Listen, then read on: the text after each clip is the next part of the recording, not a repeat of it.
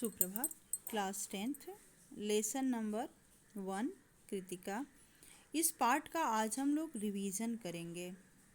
तो जैसा कि माता का अंचल, शिव पूजन सहाय जी ने इस शीर्षक को लिखा है।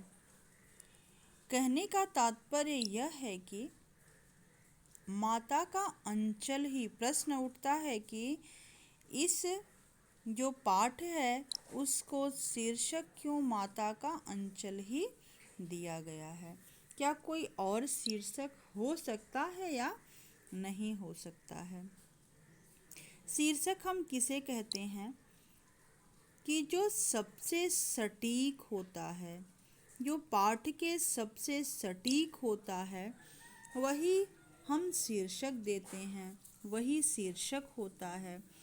जैसे माता का अंचल शीर्षक लेखक ने क्यों दिया है, इसके पीछे क्या कारण है, तो हम आपको बताते हैं कि माता का अंचल शीर्षक देने के पीछे लेखक का यह तर्क है कि जैसा कि आप सब लोग इस अंश को पढ़ चुके हैं, इस पाठ को पढ़ चुके हैं कि बच्चा जो शिव पूजन सहाय हैं वही अपने आप को प्रस्तुत किए हैं भोलानाथ के रूप में, लेकिन पिता से बहुत नज़दीकी थी भोलानाथ की।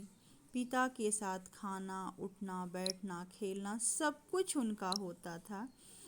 लेकिन संकट के क्षण में, संकट का क्षण उनके सामने कब आया, जब वो लोग चूहे की बिल में पानी डाल रहे थे और उसमें से एक शंकर जी का सांप निकल आया और सांप को देखते ही बच्चा लगा रोने और कहीं रुकता नहीं है, सीधे माता के अंचल में आकर के ही शरण लेता है। तो आपको ये लगता होगा कि सबसे सुरक्षित जगह बच्चे के लिए माता का आंचल होता है और शायद लेखक ने इसीलिए इस पाठ का शीर्षक माता का अंचल रखा। इस पाठ से कुछ और भी प्रश्न बनते हैं कि जैसे ऐसा कौन सा अंश है जो आपके दिल को छू गया हो, किसका।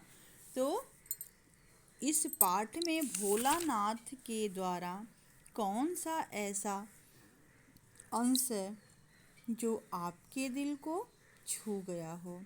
तो कहने का तात्पर्य यह है कि जब भोलानाथ अपने साथियों को देखते हैं तो रोना सिसकना भूल करके और दौड़ भाग करके गिरते पड़ते उनके पास चले जाते हैं।